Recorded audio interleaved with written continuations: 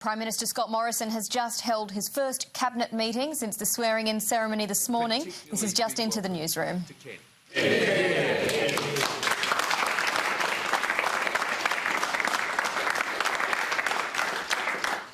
This is a very important day for all Australians and particularly for Indigenous Australians, Ken, and it's been a long time for an Indigenous Australian to sit around this room, particularly in the portfolio that you now hold.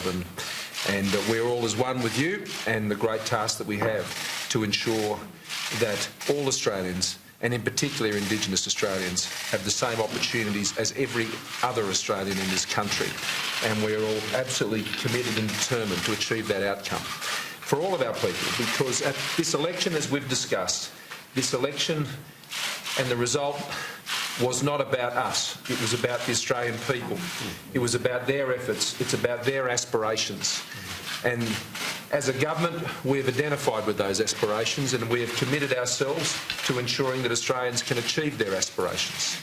And so our job is to implement exactly what we said we would do, and that is to create 1.25 million new jobs over the next 5 years. It is to, having brought the budget back to surplus, Josh and Matthias, to ensure it remains there and we pay down that debt. $50 billion indeed over the next 4 years, and eliminate that debt over the next decade. To ensure that we are able to therefore guarantee the funding for the essential services that Australians rely on, the roads, the hospitals and the schools, to complete those agreements that we've put in place.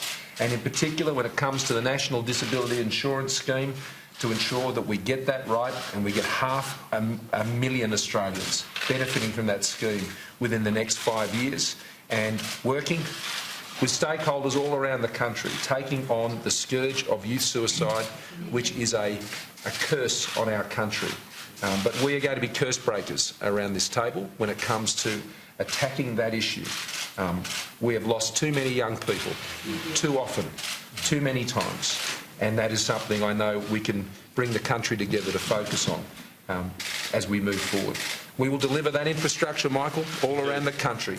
$100 billion of infrastructure which is going to change the lives of Australians and open up opportunities in rural and regional Australia, as well as the congestion-busting tudgy in our cities that we have promised to people. And we will be keeping Australians safe and secure, as they can always rely on us to do.